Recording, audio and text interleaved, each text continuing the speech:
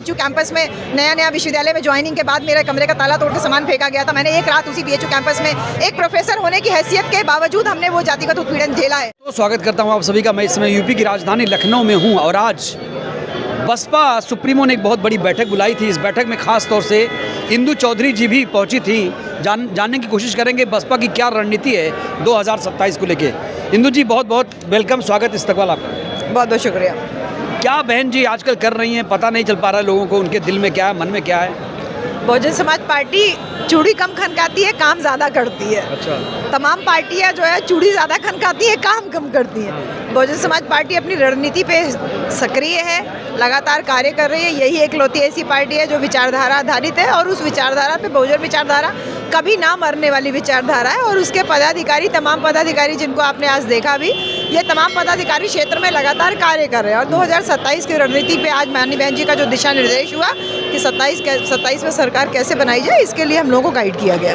क्या अभी से ही टिकटों पर मंथन शुरू हो गया है कि किसको टिकट दिया जाए, किसको ना दिया जाए? इसको लेकर भी कोई चुनाव की प्रक्रिया में सब कुछ, चुनाव की रणनीति में सब कुछ शामिल होता है। वो पार्टी का जनाधार बढ़ाने से लेकर टिकट के फाइनलाइजेशन तक, तो तमाम बातों पे आज डिस्कशन हुआ है। माननीय बहन, आपने लोकसभा चुनाव भी लड़ा था, लोग ये भी कह रहे हैं कि इंदु जी एक बार फिर से मैदान में उतरेंगी। माननीय बहन जी का जो दिशा निर्देश होगा उसी पे पार्टी का हर वोटर, हर कार्यकर्ता, हर पदाधिकारी उसी के हिसाब से कार्य करता है। माननीय बहन जी का जैसा दिशा निर्देश होगा हम भी उसी का पालन करेंगे। एक बार नारा दिया जा रहा है कि 7 को 27 में दोहराएंगे। 403 सीट की तैयारी है, 226 हमारी है। बिल्कुल, 226 हमारी है, 403 की तो हमारी तैयारी है। 226 का क्या आंकड़ा है? आप 403 क्यों नहीं बोलते? आप 400 पार? नहीं, हम वही तो हमने कहा ना कि हम चूड़ी कम खनकाते, काम ज़्यादा करते हैं। बाकी पार्टियां जो है चूड़ी ज़्यादा खनकाती, काम कम करती हैं। तो ये 226 का आंकड़ा इस हिसाब से है कि हम बहुमत के करीब पहुंच करके पूरी बहुमत से सरकार बनाएंगे। लोग विश्वास नहीं कर पा रहे हैं, कहते हैं बसपा एक सीट पर है, सपने दिखाने का काम करती है, ज़मीन पर नहीं है। बीजेपी की बी टीम भी लोग विरोधी बोल रहे हैं आप लोगों को। हाँ, तो जो बोलते हैं वो बोलते ही रहेंगे, उनका बोलना कभी बंद नहीं होगा। एक दलित समाज की महिला जो आज एक सर्व समाज की जो एक महान लीडर बनी हुई है, जिसको जनता सम्मान से अपनी देवी के रूप में पूजती है, यहाँ तक का सफ़र आसान नहीं रहा। और जब वो यहाँ तक शीर्ष पे पहुँच गई कि 4 बार मुख्यमंत्री बनी, और जो उनके कार्यकाल में किए गए कार्यकलाप हैं उसकी बराबरी आज तक पूरे देश के, आप पूरे कई देशों का भी अगर आप तुलना कर लीजिए, तो जनता की भलाई के लिए जितनी सुविधाएँ और जितनी सहूलतें, जितनी योजनाएँ माननीय बहन जी के शासनकाल में हुई, वो अभी तक कोई मुख्यमंत्री क्या नहीं कर पाया है। तो ऐसे में एक महिला की ही बराबरी नहीं कर पाए हैं, तो इस पितृ सत्तात्मक परिवार में एक महिला इतनी कट्टरता से लगी हुई है समाज के लिए, उसने अपना व्यक्तिगत इच्छाओं को न्यौछावर कर लिया, ये आसान नहीं है। तो जब एक महिला इतनी सशक्त होती है तो निश्चित रूप से उसके पीछे बैक बाइटिंग करने वाले लोग और उसको नीचे दिखाने के लिए तमाम ताकतें सक्रिय होती हैं, लेकिन ये कुछ कर नहीं पाई। लेकिन अभी मैं देख रहा हूँ बहुत माहौल बदल दिया बसपा ने। खास तौर से जो कल एक फिल्म घूसखोर कुछ पंडित करके एक फिल्म आई, उस पर जब उन्होंने अपना फैसला लिया, स्टैंड लिया, तो टीवी मीडिया में भी इसको लेकर डिबेट शुरू हो गई है कि बहन जी तो अब ब्राह्मणों के साथ आ गई हैं। टीवी डिबेट तो 9 अक्टूबर से ही शुरू हो गई है। हाँ। ये केवल एक ट्वीट की बात नहीं है। 9 अक्टूबर की भीड़ देख करके तमाम टीवी चैनल्स ने वापस कहा कि बसपा इज बैक। बसपा कभी सीन से गई ही नहीं थी जो बसपा बैक हुई है, क्योंकि पार्टी का वो जनाधार उसको आप कभी तोड़ नहीं पाओगे। पार्टी ने अपनी पावर नहीं दिखाई थी 9 अक्टूबर को, लेकिन फिर भी मीडिया चैनल्स ने दिखाया कि बसपा ने शक्ति प्रदर्शन किया। जिस दिन बसपा शक्ति प्रदर्शन करने पे आई उस दिन पूरा उत्तर प्रदेश का चक्का जाम हो जाएगा। रह गई वो कल के ट्वीट की माननीय बहन जी के। माननीय बहन जी ने सर्व समाज के हित के लिए कार्य किया है। लोग उनको दलितों का नेता, बहुजनों का नेता करके उनके कद को छोटा करने का जो कोशिश कर रहे हैं, अब माननीय बहन जी लगातार उस प्रबुद्ध वर्ग पर, उस प्रबुद्ध समाज को भी टारगेट करके बोल रही है कि सर्वजन समाज के हित के लिए बहुजन समाज पार्टी है। और सर्वजन समाज ने अपना एकजुट होकर के 2007 में सरकार बनाई और अब वह पुनः इतिहास 2027 में दोहराया जाए, इसके लिए वो प्रबुद्ध वर्ग, वो ब्राह्मण समाज, वो क्षत्रिय समाज, बनिया समाज, सभी को इकट्ठा होकर के, एकजुट होकर के ऐसी तमाम ताकतें जो संविधान विरोधी कार्य कर रही हैं उनके खिलाफ 2027 में बिगुल बजाएं। आप ग्राउंड में रहती है, मुस्लिम समाज कितना जुड़ रहा है बसपा से? मुस्लिम समाज ही तो सबसे ज़्यादा जुड़ रहा है। मुस्लिम समाज ये देख लिया है कि उसने 90% 80% एक तरफा वोट करके देख लिया, फिर भी भाजपा को रोक नहीं पाया। लेकिन मुस्लिम समाज अगर 20% 30% भी बहुजन समाज पार्टी के साथ में रहा तो बहुजन समाज पार्टी की सरकार बनी। तो अब ऐसे में माइनॉरिटी समाज अपना पूरा मन बना चुका है। हम लोग गाँव में भी लगातार लोगों के बीच में है, शहरों में भी लोगों के बीच में है, और लगातार माइनॉरिटी समाज बहुजन समाज पार्टी से जुड़ भी रहा है।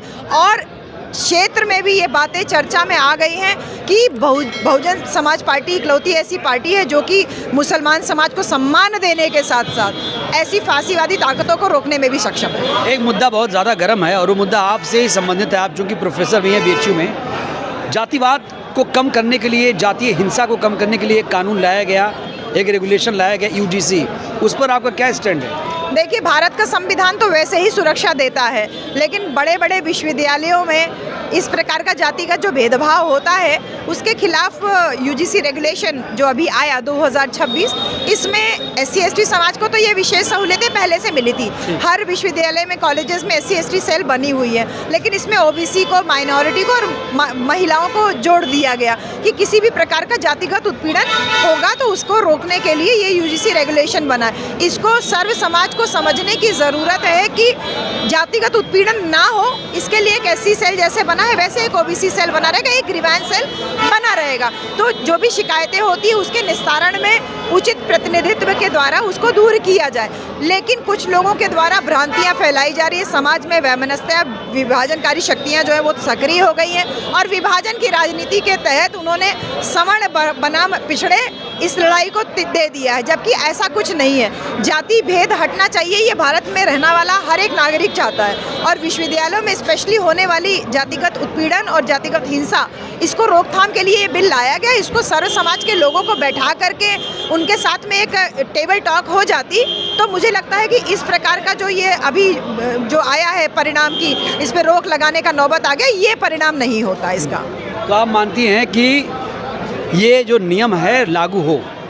निश्चित रूप से हम तो विश्वविद्यालय में ही हैं, हम स्वयं भी जातिगत उत्पीड़न का स्वयं भी शिकार हुए थे जब हमने BHU ज्वाइन किया था। कोई वाकया बताइए ना, हमने स्वयं इसको, मैं कह तो नहीं, मेरा स्वयं मैं एक्सपीरियंस कर चुकी हूँ। BHU कैंपस में नया विश्वविद्यालय में ज्वाइनिंग के बाद मेरे कमरे का ताला तोड़ के सामान फेंका गया था। मैंने एक रात उसी BHU कैंपस में एक प्रोफेसर होने की हैसियत के बावजूद हमने वो जातिगत उत्पीड़न झेला है।